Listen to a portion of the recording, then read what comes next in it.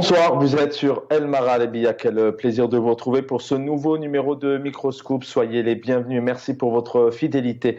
Avec nos invités ce soir, nous allons continuer à parler de diplomatie, une diplomatie à l'international avec tous ces rendez-vous, cette crise aussi géostratégique maintenant depuis le 24 février 2022 entre la Russie et l'Ukraine et puis surtout ce putsch, ce coup d'État maintenant depuis le 25 juillet dernier au Niger, notamment la sortie forcée à l'heure actuelle de Mohamed Bazoum, président du Niger. On va revenir en parlant de diplomatie.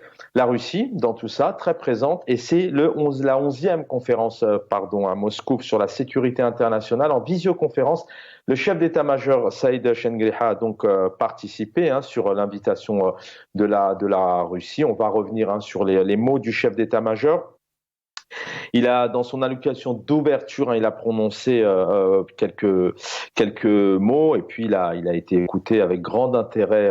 Il a écouté avec grand intérêt les interventions notamment du côté russe, des responsables aussi experts militaires, sécuritaires, représentants des États de différents continents, notamment, mais lors de son intervention, le chef d'état-major Saïd Chengriha, bien évidemment, excusé, mais salué la Fédération de Russie, dit-il, sa gratitude à la Fédération de Russie pour cette invitation qui constitue une opportunité pour exposer l'approche algérienne en matière de traitement des défis et des menaces sécuritaires auxquelles sont exposées la région du Moyen-Orient et le continent africain et énormément l'Algérie notamment dans cette région du Sahel. Il a bien évidemment transmis les salutations du président algérien et il est revenu notamment, pour lui clairement, il s'agit de dégager des propositions et des visions en faveur du renforcement de la paix et de la sécurité internationale et interne. Voilà les mots, entre autres, de Saïd Chengriha. On va revenir bien évidemment sur ces questions qui se posent. D'abord, est-ce que l'Algérie est menacée? Est-ce que la diplomatie algérienne a réellement de quoi faire face, si notamment elle était menacée? Et la position de l'Algérie, le chef d'état-major aussi qui est revenu un peu sur cette expérience, l'expérience importante dans la gestion des conflits de l'Algérie, la diplomatie algérienne, le pouvoir algérien qui s'est dit aussi médiatrice dans le conflit entre l'Ukraine et la Russie, mais quand on connaît le rapprochement entre l'Algérie et la Russie, on se pose des questions. Est-ce que vraiment l'Algérie peut-elle aujourd'hui jouer le rôle de médiateur dans ce conflit? Et puis l'Algérie est un exemple de paix. On va y revenir. C'est ce que dit le chef d'état-major, notamment aussi pour intervenir dans cette crise au Niger. Avec nous pour en parler, Maître Issa Rahmoun, vice-président de la Fédération internationale des droits humains. Bonsoir, Maître Rahmoun. Merci. Alors vous êtes en mute peut-être. Très bien, on vous entend très bien, pas de souci. Le plaisir aussi de l'avoir candidat à la prochaine présidentielle de 2024, même si pour l'instant on n'entend pas grand-chose au sein des médias en Algérie ou des partis politiques même proches du pouvoir. En tout cas, il est candidat à la présidentielle 2024, militant politique. Omar Et Mortar, bonsoir. Bonsoir à tes invités, mais je suis l'unique candidat déclaré pour l'instant. À l'heure actuelle, vous êtes effectivement l'unique, même si c'est à tâtons, mais on ne sait pas officiellement si le chef de l'État actuel, Abdelmadjid Tebboune, entrera et se lancera pour un deuxième mandat. Le débat viendra certainement, mais même si on en parle tous les soirs. Messieurs, d'abord une question d'un point de vue général. On a à nouveau le chef d'état-major algérien, Saïd Chengriha, et on le rappelle aussi, il s'est rendu le 31 juillet dernier en Russie. Alors j'ai un petit retour à l'oreillette, je ne sais pas, on va peut-être essayer de régler ça. Maître Rahmoun, peut-être avant de transmettre ces messages de paix, l'Algérie, je le disais, médiatrice, qui est capable aujourd'hui peut-être d'intervenir dans la gestion des conflits internationaux, comme il se passe actuellement un peu partout dans le monde. On va y revenir dans le détail, mais le climat en Algérie, est-ce qu'aujourd'hui les Algériens sont dans un climat de de paix, un pays tout de même où on dénonce énormément la répression, le pouvoir d'achat, l'économie, les harakas. Il y a quand même beaucoup d'éléments qui font que pour l'instant, à l'intérieur du pays, on ne peut pas trop peut-être parler d'un peuple qui vit dans l'apaisement et qui pourrait passer ses journées le plus normalement possible, avec des difficultés comme on peut vivre dans d'autres États. Et là, on a un chef d'état-major, voilà, qui nous parle notamment et qui donne sa vision de la paix, du pouvoir de régler des conflits. Parler de paix en Algérie, que ce soit la stabilité économique, la stabilité sociale, la stabilité culturelle et politique à la fois. Car aujourd'hui, avec de nombreux détenus qui sont incarcérés aujourd'hui, que le régime refuse à ces détenus la qualité de détenus d'opinion ou de détenus politiques, d'une part. Aussi, rajoutant à cela le laxisme de l'administration, qui aujourd'hui est un lourd fardeau pour les Algériens dans l'accès aux droits les plus élémentaires, mais aussi l'instrumentalisation des textes législatifs pour maintenir justement la pression sur les Algériens par des textes arbitraires et scélérates, et c'est à la fois, et j'évoque surtout l'article 87 bis aujourd'hui qui criminalise toute action politique, tout travail militant de la société civile, mais aussi de la classe politique. Aujourd'hui, il n'y a pas de débat en Algérie, d'une part, mais aussi il y a un refus, parce que le débat, si la classe politique ne veut pas, ou la société civile ne veut pas entamer ce débat, c'est une chose, mais quand le régime ferme toute possibilité de débat, est une autre chose. On est dans le deuxième cas de figure où l'interdiction, il y a une interdiction totale par voie législative, par voie d'organisation, par voie de textes réglementaires, par voie aussi de normes institutionnelles qui sont là, qui refusent aux Algériens toute construction politique et tout accès aux droits fondamentaux. Donc aujourd'hui, l'Algérien n'est pas paisible dans sa façon de penser, dans sa structure mentale, dans sa façon de voir les choses, d'entreprendre et de comprendre aussi le débat qui peut générer quant à cette situation. Alors là, prêcher la paix, la sécurité, parce que la paix et la sécurité, ce sont deux concepts qui s'entremêlent, qui se chevauchent et qui se contredisent souvent. Parce que paix et sécurité pour les uns donne stabilité dans les relations, donne stabilité intérieure, mais aussi stabilité extérieure. Et la stabilité a souvent été une norme ou un facteur autoritaire pour les régimes qui sont dictatoriaux et autoritaires à la fois. Merci, Maître Rahmoun. Omar El Mokhtar, même question, c'est un pays que vous connaissez avant d'essayer un peu d'analyser les mots du chef d'état-major qui vient aussi de faire passer un message en visioconférence certes, mais à Moscou, hein, en parlant de non à l'ingérence, hein, quand on sait aujourd'hui tout de même que s'il y a bien un pays qui s'ingère énormément, c'est la Russie. Mais vous allez donner votre avis dans un deuxième temps. Mais première question, Omar El Mokhtar, avant de parler, de prôner la paix à l'international, est-ce qu'aujourd'hui les Algériens et les Algériennes, le pays que vous connaissez, jusqu'à la date d'aujourd'hui, est-ce qu'on peut dire qu'il y a un climat apaisé? Est-ce que les Algériens vivent dans la sécurité, dans la paix, dans leur quotidien, dans leur travail, dans leur déplacement, puis tout simplement dans leur liberté, ce qui est peut-être la chose la plus importante?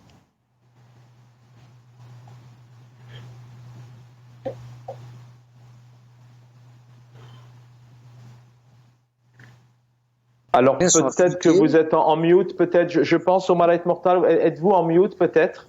Car on vous voit très bien, on vous entend mimer, mais on n'a pas le son. Vous n'avez pas le son là? Ah très bien, c'est parfait, voilà, c'est parfait, allez-y. Alors, si vous parlez de sécurité en Algérie, le pouvoir joue le tout sécuritaire. Les Algériens sont fliqués, il y a des barrages partout, et puis on n'a pas vu de terroristes, donc c'est la dictature institutionnelle qui s'installe. Concernant votre question sur le règlement des conflits internationaux, l'Algérie qui veut jouer le médiateur entre les Russes et l'Ukraine, les Ukrainiens, le monde entier ne nous prend pas au sérieux. C'est parce que dans son voyage, il a mis sous tutelle l'Algérie. Donc, même cette conférence, cette visioconférence où le chef d'état-major a pris part, normalement, c'est le ministre de la Défense. Donc, c'est le président, c'est Poutine qui devrait y être là, parce qu'il y a Poutine, qui est président, qui a ouvert la séance, et il y a les ministres de la Défense. Donc, lui, il n'est que chef d'état-major. Ça, c'est déjà, ce n'est pas sérieux. C'est le ministre qui devrait être là, donc c'est tout. Si vous croyez que le monde des pays belligérants ne savent pas que l'Algérie un an, c'est clair, surtout les Américains, c'est pour ça qu'ils ont convoqué à Washington, c'est que l'Algérie ment. Elle joue au cache-cache. Avant, elle aimait parler de terrorisme au Sahel. Maintenant, il y a pratiquement toutes les puissances. On a ramené le conflit ukrainien au Sahel. Donc l'Algérie ne peut pas encore mentir. C'est-à-dire les puissances internationales vont s'occuper du problème et l'Algérie n'a pas son mot à dire. Malheureusement, ce qui les a ramenés à faire ça, pour moi, c'est parce que le pouvoir méprise le peuple. Il a pris l'habitude depuis. Vous savez, moi, je n'étais pas opposant à Tebboune, j'ai même fait sa campagne électorale. Je lui ai retiré ma confiance il n'y a pas longtemps. Et c'est là que j'ai annoncé ma candidature à la présidence de la République. C'est parce que le climat à l'intérieur est délétère. L'Algérien est peur. Tu parles, tu vas en tôle. C'est pas normal. Voilà, je suis l'unique candidat déclaré parce que les candidats ont peur. Si tu déclares ta candidature, tu risques d'aller en tôle. Moi, je suis en France, pas pour l'instant, mais je rentre en Algérie, bien sûr. Je ne sais pas de quoi sera fait demain. Parce que si j'ai annoncé mon programme, d'abord je parle avec tout le monde, le peuple algérien, donc les organisations, les patronales, les syndicats, les associations. J'ai parlé avec le MAC et avec Arached parce que moi, si je dois être président de la République, je devrais être président de la République, je dois être président de tous les Algériens. Donc, vous ne pouvez pas m'empêcher de parler avec eux.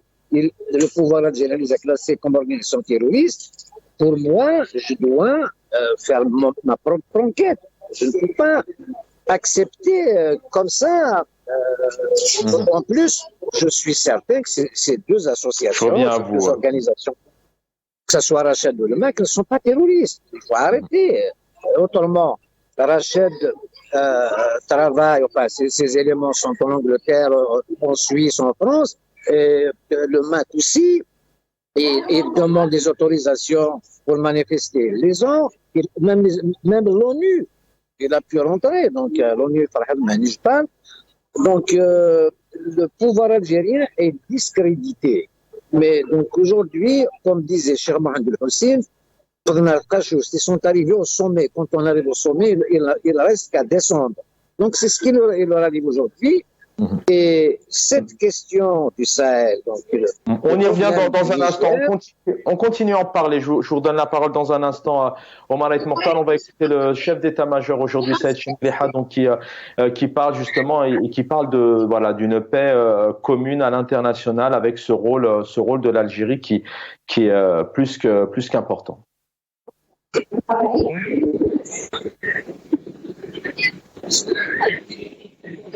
الله عبر المشاركة في هذه الندوة إلى بناء حوار متميز ومثمر وتجسيد التفاهم المشترك المتعدد الأوجه قصد العمل سويا لتحقيق السلم والأمن والتطور والرخاء لصالح شعوب العالم.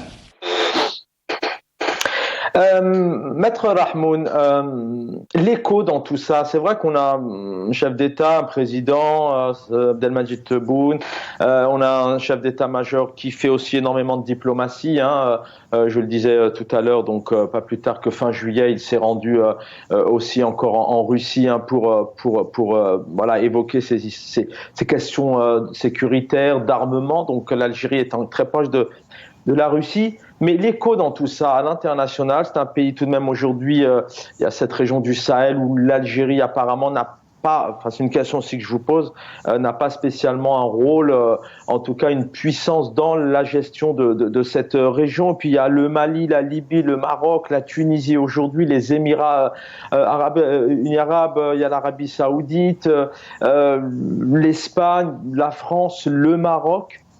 Quand on a une diplomatie où c'est très difficile, il y a plusieurs pays maintenant qui s'accumulent, la liste devient de plus en plus longue. Est-ce que réellement, quand on a un chef d'état-major du plus grand pays d'Afrique qui passe ces messages, est-ce qu'il y a c'est réellement une puissance, serait-ce que dans l'écho, dans la crédibilité? Qui écoute l'Algérie aujourd'hui? Avant ça, Chaban, il faut dire aujourd'hui que l'Algérie est l'un des principaux clients de la Fédération de Russie en matière d'armement.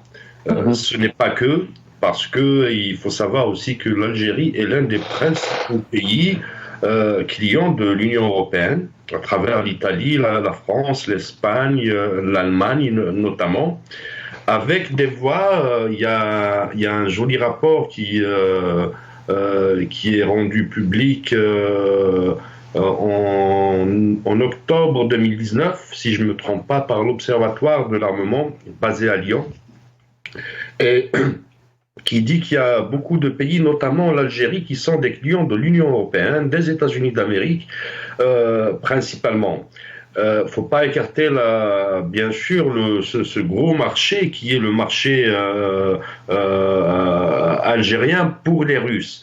Donc aujourd'hui, l'Algérie, en termes d'armement, d'achat, parce qu'il n'y a pas d'industrie réellement d'armement, est un client très important. Ce n'est pas seulement l'Algérie, mais aussi toute la rive sud de la Méditerranée, des Émirats jusqu'au Maroc, où il faut savoir que c'est la région la plus armée au monde, et c'est la région la plus pauvre probablement au monde. Donc voilà un peu les parallèles qui existent. Alors ça, pour la Russie, c'est vrai que Vladimir Poutine, il est dans son rôle, il est dans son intérêt. Mais ce que je disais, l'Algérie, dans tout ça, c'est bien. Bon, elle doit se fournir son armement, et tant mieux pour les Russes. Il y a un intérêt aussi financier. Mais quand on a, je parlais vraiment de cet écho, de cette crédibilité, serait-ce que cette puissance orale, aujourd'hui l'Algérie, elle se positionne haut, parce qu'on a, c'est vrai qu'en termes de diplomatie, serait-ce qu'en termes d'investissement, il y a quelques entreprises, il y a quelques pays qui travaillent en Algérie, la Chine, les États-Unis, les Allemands, etc.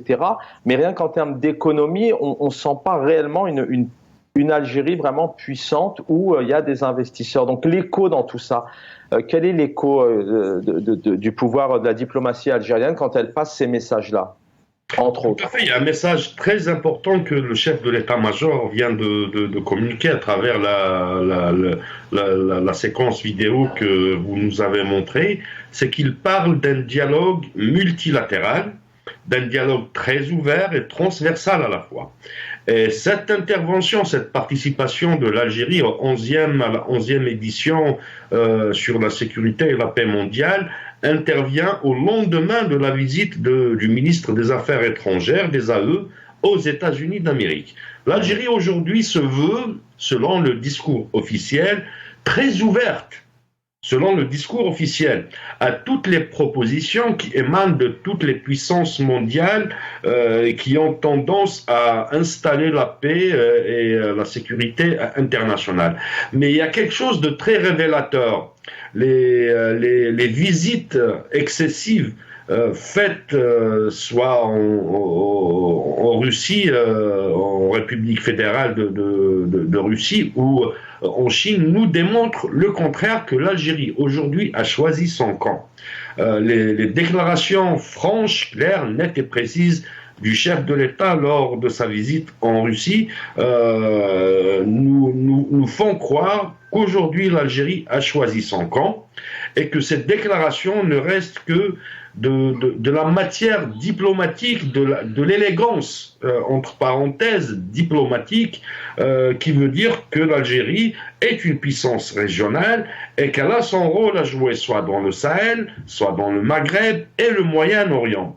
Chose et son contraire, parce que réellement, pour jouir de cette faculté, de ce pouvoir diplomatique, il faut avant tout avoir la légitimité populaire, une condition sine qua non pour ce que Mouloud Hamrouche appelle notamment le pouvoir de négociation. Et ce pouvoir de négociation, s'il n'est pas transparent au niveau national, s'il n'est pas l'émanation d'une légitimité populaire, d'un transfert de pouvoir du peuple au pouvoir politique, ne peut pas exister, dépasser les frontières de l'Algérie.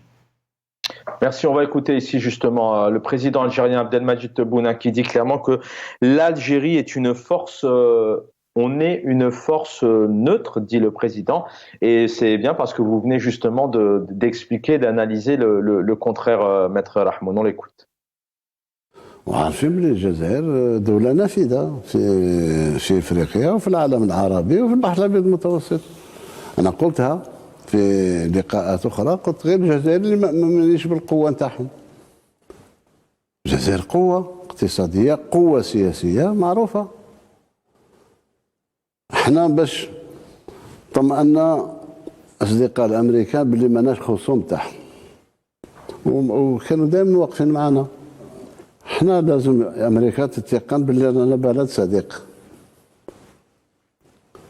سياسيا ايديولوجيا غير منحاز لا معاهم ولا مع غيرهم. احنا انا با ديكلاري le statut de pays neutre كيما la Suisse, mais nous le sommes presque. Nous sommes neutres احنا dans ces trucs. Une force reconnue, une force neutre. Omar Ait Mortal, on entend et on entendra encore des extraits tout à l'heure du chef d'état-major Saïd Chengriha qui parle de la non-ingérence, qui parle de paix, de sécurité. Je disais tout à l'heure, c'est quand même un pays aujourd'hui qui peut-être de plus en plus isolé, notamment par rapport au Niger. Si on prend cet exemple-là qui fait la une de l'actualité, l'Algérie. Alors il y a des déclarations, mais est-ce que réellement elle a une force, encore une fois, est-ce que réellement elle a une position, selon vous, laquelle est-ce qu'elle peut vraiment, elle a 950 km de frontières, il y a aussi le Nigeria derrière, il y a le gazoduc qui doit traverser le Niger. Est-ce que Abdelmadjid Tebboune aujourd'hui, à part les déclarations, les mots, est-ce que vraiment il y a quelque chose qui se tient en termes de diplomatie, en termes d'armée, en termes de stratégie? Chaban, alors, Chengriha et Tebboune ont engagé l'Algérie dans la guerre. Nous sommes belligérants. En moins d'un mois, il y a la visite de Tebboune, la visite de Chengriha, et aujourd'hui, c'est la visioconférence en matière de défense. La Russie est en guerre contre l'Ukraine. C'est une agression, bien évidemment, et elle est en guerre contre l'OTAN.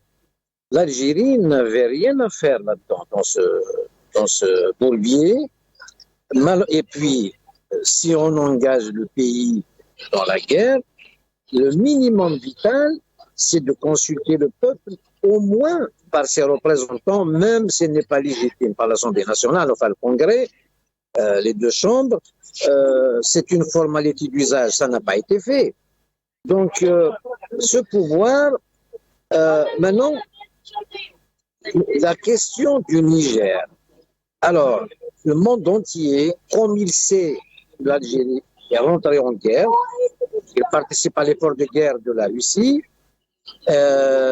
des visites, en un mois, 3 visites, l'Algérie savait ce qui se mijotait au Niger. Parce que ceux qui ont aidé à faire ce coup d'État, c'est la Russie, c'est Wagner. Et Wagner, c'est l'Algérie qui les aidé à rentrer et au Mali et au Niger. Donc l'Algérie savait tout. D'où la convocation de Attafia aux États-Unis. Dans les milieux diplomatiques, on sait que l'Algérie était au courant. Elle ne l'a pas dit. C'est comme si ça l'arrangeait. Et en plus, sa déclaration, vous savez, les contradictions. Ils disent qu'il fallait revenir au truc constitutionnel, donc il faut remettre le président à sa place. L'Algérie, pour la diplomatie, à la place de la diplomatie internationale, l'Algérie ment. Ça, c'est grave. C'est-à-dire, nous allons droit vers des restrictions, nous allons être boudés si, comme les États-Unis peuvent même prendre des résolutions. En tout cas, dès que l'Algérie a été donc en Russie, vous voyez que notre voisin, enfin le Maroc, les Émiratis, les États-Unis ont donné des armes même gratuitement au Maroc. Donc ça veut dire quoi? Israël, le monde entier va être contre l'Algérie. L'Algérie aujourd'hui, elle n'a que des ennemis. Donc quelle diplomatie? Nous sommes des va-t-en-guerre. Ça c'est aux yeux de tous les pays du monde et ça c'est dangereux. Alors maintenant, ça commence, il y a la température qui monte, on voit revenir le front interne. Le front, l'Algérie est menacée. C'est ce pouvoir corrompu et assassin qui a mis l'Algérie dans cette situation et le peuple n'est pas au courant. Donc maintenant, on va voir les Bendir sortir.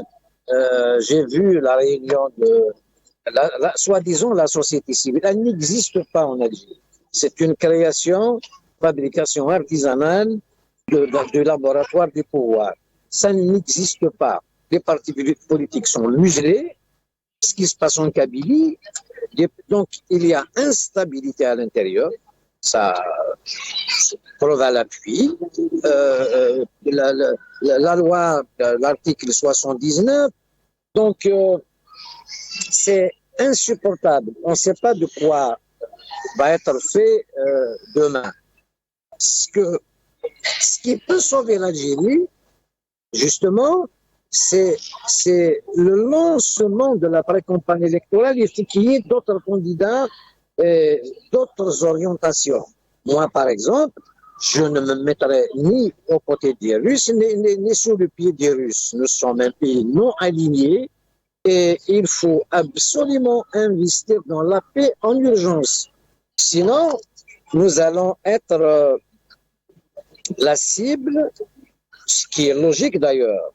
Tu participes avec les Russes, tu participes à l'effort de guerre. Il faut s'attendre à ce que les pays de l'OTAN réagissent. Merci, c'est clair c'est clair comme chute. Je vous donne la parole dans un instant. Maître Rahmoun, pour continuer peut-être la chute d'Omar Hayt Morta, c'était la question de base. Cette Algérie, aujourd'hui, il y a des déclarations, il y a des relations, il y a tout de même des relations diplomatiques très conflictuelles, très tumultueuses. Il y a des crises. Avec la France, on ne sait pas trop où ça va aller. Mais c'est vrai tout de même que Abdelmadjid Tebboune, se dit neutre. Il y a cet non-alignement notamment. Mais cette Algérie, aujourd'hui, son positionnement, par exemple, c'est ce que je vous demandais tout à l'heure par rapport au Niger et dans la gestion des règlements de conflits. C'est le message aussi que passe le chef d'état-major en disant notre expérience dans la gestion des conflits. L'Algérie aussi s'est proposée même en Russie via le président Tebboune en disant on peut être médiateur dans le conflit avec l'Ukraine. Pour vous, c'est clair cette diplomatie en Algérie, c'est son positionnement où ça tend beaucoup avec la Russie jusqu'à peut-être question en arriver peut-être à un moment donné à être peut-être complice, en tout cas adhérer au fonctionnement russe, notamment dans ces conflits. Oui, effectivement, l'État algérien aurait pu jouer un très grand rôle dans l'apaisement et dans le travail de paix et de sécurité internationale. Mais je me souviens de la première déclaration de la présidence de la République, du chef de l'État, qui refusait le putsch, le coup d'État militaire opéré au Niger. C'est une position de principe à saluer parce que aucun chef de l'État, aucun responsable politique, aucun activiste de la société civile, aucun universitaire digne de foi ne peut accepter qu'il y a en moins l'éthique et la probité intellectuelle un coup d'État. Mais souvenez-vous que l'histoire de l'Algérie depuis l'indépendance, depuis pratiquement le congrès de la Soumam, est jalonnée de coups d'État militaires, de coups d'État même scientifiques. Souvenez-vous de l'épisode de l'éviction de Abdelhamid Mahri du FLN. C'est un pays, c'est un État qui vit au rythme des coups d'État, où la succession est violente, où les successions sont violentes, où l'intronisation, où l'élection, le suffrage universel et la consultation populaire n'est qu'une affaire de magouille et de traficotage institutionnel et arithmétique à la fois, où l'administration est tellement corrompue, est tellement impliquée dans les choix des décideurs politiques que le citoyen a perdu confiance. Et quand il y a... Mais avec le tableau noir que vous dressez là, et je vous laisse continuer, avec un tableau noir et assez douloureux à entendre pour le peuple algérien, comment on peut être crédible aujourd'hui à l'international? Vous évoquez ces coups d'État, le retour à l'ordre constitutionnel aussi, c'est quelque chose qui a été évoqué très rapidement le 27 juillet dernier par le chef d'État, et on sait malheureusement que l'Algérie est tout de même jalonnée de coups d'État. Je le disais encore hier, 62, 91, entre autres, il y en a eu plusieurs, 2019 aussi, Hirakistan l'est ou on l'est pas, mais le Hirak a aussi quelque part subi un style de coup d'État avec ce tableau noir. Comment le président il peut être légitime, le chef d'État-major peut être légitime en Russie par exemple ou à l'international? Il ne peut pas, j'avais parlé de la notion de la perte de confiance, c'est très important. Et la perte de confiance, ça s'exprime en deux phases, voire en deux paliers, que ce soit au niveau interne et au niveau international. Cette perte de confiance nous fait croire, autant que militants, en tant qu'activistes, qu'aujourd'hui, en Algérie, à l'intérieur, il y a danger. Il y a danger, et à l'extérieur aussi, on est devenu la cible, voire la proie des puissances internationales. Ce que vous avez... La proie, vous dites, dans quel but? Oui, tout à fait, la proie, parce que le fait de s'aligner directement avec un bloc, vous savez très bien que le BRICS, par exemple, est un mécanisme politique qui se veut économique, est une création, plutôt la créature d'un pôle, du pôle de l'Est, à savoir la Russie et la Chine. Aujourd'hui, si l'Algérie, est-ce qu'il y a eu consultation d'experts économiques? Et on a beaucoup en Algérie.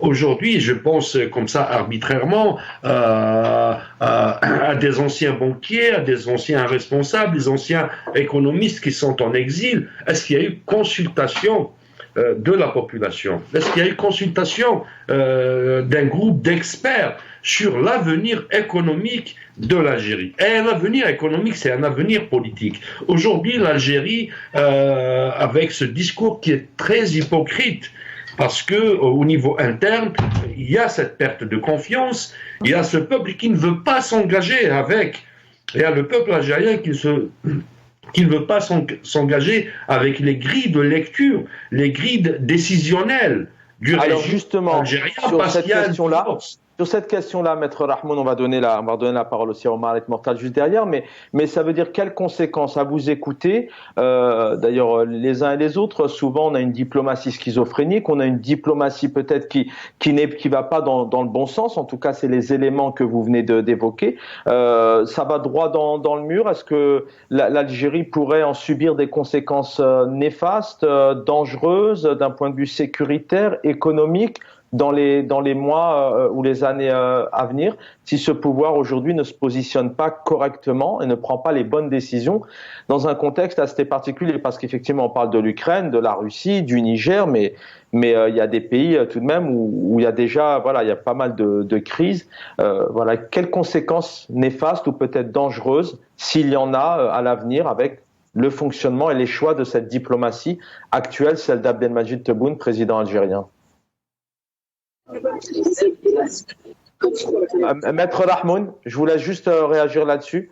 Oui, je voulais dire réellement, on ne peut pas balayer devant la porte de ses voisins. On ne peut pas être un intermédiaire ou un médiateur international quand on n'arrive pas à balayer devant sa porte. Quand on refuse la médiation sociale déjà existante en Algérie, avec la dissolution de plusieurs organisations de la société civile, par mettre au pas l'opposition algérienne qui est devant la justice aujourd'hui, en matant les hirakistes, en matant les universitaires, en interdisant aux universitaires de s'exprimer à l'international, en matant l'intelligence. On ne peut pas être un très bon médiateur si on refuse au préalable la médiation en interne. Omar Mortal, je réitère ma question rapidement. Les choix qui sont faits apparemment dans cette période de crise avec plusieurs pays à l'international, où l'Algérie a tout de même une position d'abord géographique importante, elle a des choix diplomatiques. Avec ces choix-là que Abdelmadjid Tebboune prend, le chef d'état-major Saïd Chengriha prend, est-ce que ça peut générer des conséquences négatives, sécuritaires, d'un point de vue économique pour le pays? Bien évidemment. L'Algérie aujourd'hui a perdu toute crédibilité. Et toutes les annonces, regardez, il a annoncé la médiation quand il était en Russie. Regarde un pays crédible, solvable comme l'Arabie Saoudite.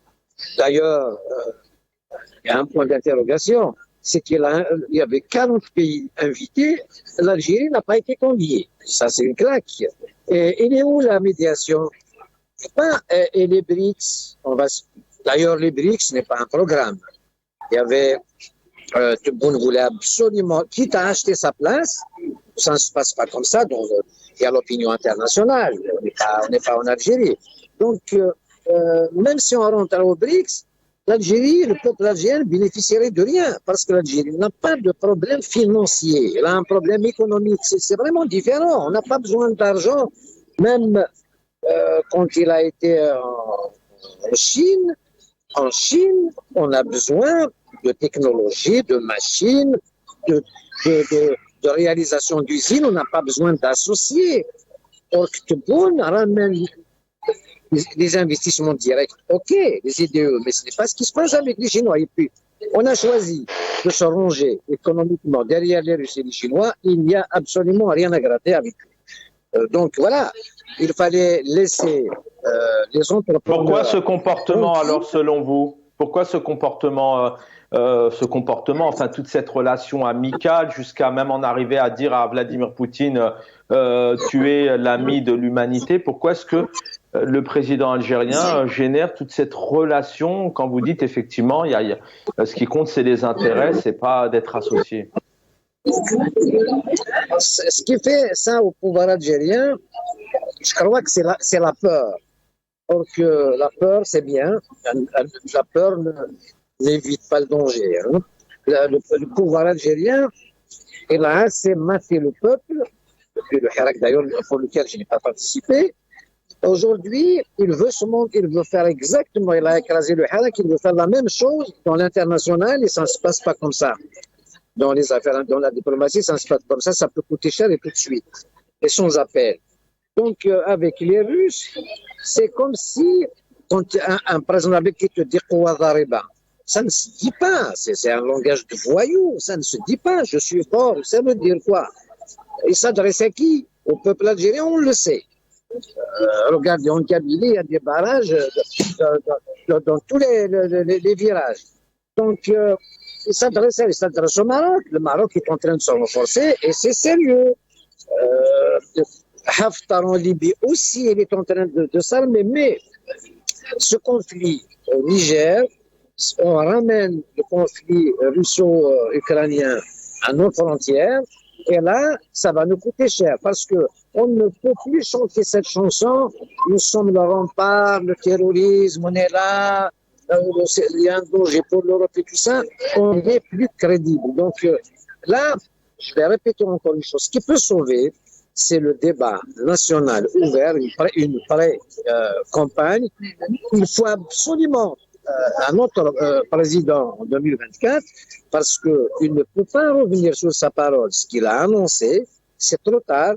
Donc, il faut qu'il parte. Donc, il doit Mais vous y croyez, Omar El Mortal, vous y croyez on en parlait hier dans l'émission, Ayman Ben Abdelrahman qui vient de faire la tournée de 3 wilayas où il a éventé énormément, il a même cité énormément toutes les phrases, il cite le président actuel. Donc on a l'impression qu'ils sont entrés en campagne. Mais est-ce que vous croyez vraiment, l'ouverture du dernier tronçon de l'autoroute Est-Ouest, c'est le projet de Bouteflika, ce n'est pas lui. Il n'a aucun projet. Il avait une obsession, le projet des BRICS qui est tombé à l'eau, on l'aurait déjà. Donc, cette autoroute, c'est le projet de Bouteflika, qui a duré 17 ans quand même, et dont il est l'un des responsables. Donc, Ayman Abdelrahman commence, ils sont en train de tâter le terrain, de rassembler dans chaque wilaya, la société, le Mujtama al-Madani, fabriquée justement par Ayman Abdelrahman, sur mesure pour le deuxième mandat. Voilà, et à chaque fois, le discours, le président de la République, il n'a rien fait que boule. Mais est-ce que vous pensez, j'espère que vous m'entendez, est-ce que vous pensez, vous, dans un État à peu près normal, une personne comme vous, par exemple, qui vous lancez dans la candidature, vous seriez certainement invité sur des plateaux, être en opposition avec certains partis politiques pro-Tebboune, comme on peut voir. Est-ce que vous croyez vraiment que le champ médiatique sera ouvert? Parce que c'est là où ça doit se passer. Est-ce que vous aurez accès à ça avec le pouvoir actuel?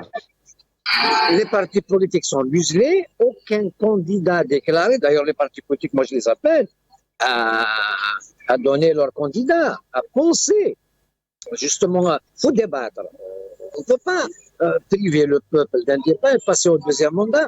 Ça ruinera l'Algérie. On va avoir de gros problèmes, justement, avec cette diplomatie.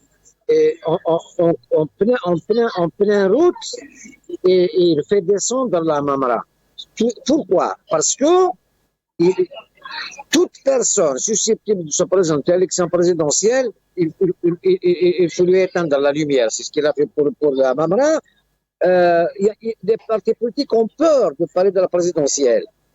Aucun candidat, ce n'est pas normal. Il faut apporter une contradiction, il faut un débat ouvert pour une présidentielle, la dernière. Moi j'ai fait la campagne de Tebboune parce que pour moi, il fallait un président.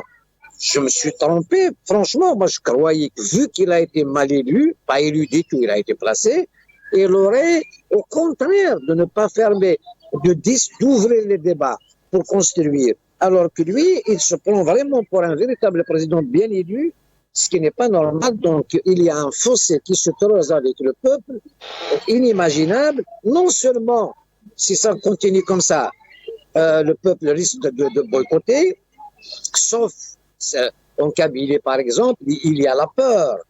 Les gens sont obligés d'aller voter, sinon on va te classer appartenir à une organisation. On y reviendra. Merci donc, Omar El Mortal. Ça ne sera pas par peur, il passera. Mais c'est pas, les États-Unis peuvent s'occuper de l'Algérie et ce n'est pas bon pour nous. Merci Omar Aït Mortal. Maître Rahmoun, vous avez répondu tous les deux à cette question, puisque à chaque fois on s'intéresse bien évidemment au premier concerné, c'est le peuple algérien, c'est cette jeunesse. La diplomatie, c'est aussi le développement économique à tous les niveaux. Aujourd'hui, avec l'état actuel des choses, effectivement, il y a cette échéance qui arrive, 2024. Vous évoquez cette répression, cette façon aussi manu militari parfois d'intervenir. On parlait de la situation des proches, notamment d'Anwar Malek. Son papa très âgé a été perquisitionné en pleine nuit, sans aucune convocation, sans aucune information au préalable. L'état actuel du peuple algérien, est-ce que vous restez tout de même optimiste? Est-ce que ce pouvoir, peut-être, il ouvre un peu les champs, il donne aussi, il y a d'espoir, mais voilà, comment vous voyez un peu les choses pour les prochains mois, notamment pour 2024? Espoir, oui, je pense qu'il faut toujours garder espoir, parce que je ne pense pas que dans les institutions de l'État, il y a des femmes et des hommes qui n'aiment pas le pays. Je ne pense pas aussi que, je m'interdis de penser que dans la sphère sociétale, que dans le peuple dont je fais partie, il n'y a pas ces volontés pour construire un État de droit, un État démocratique. Maintenant, je pense qu'il faut fermer l'Algérie pour travaux. Fermer l'Algérie pour travaux, pour mieux se reconstruire.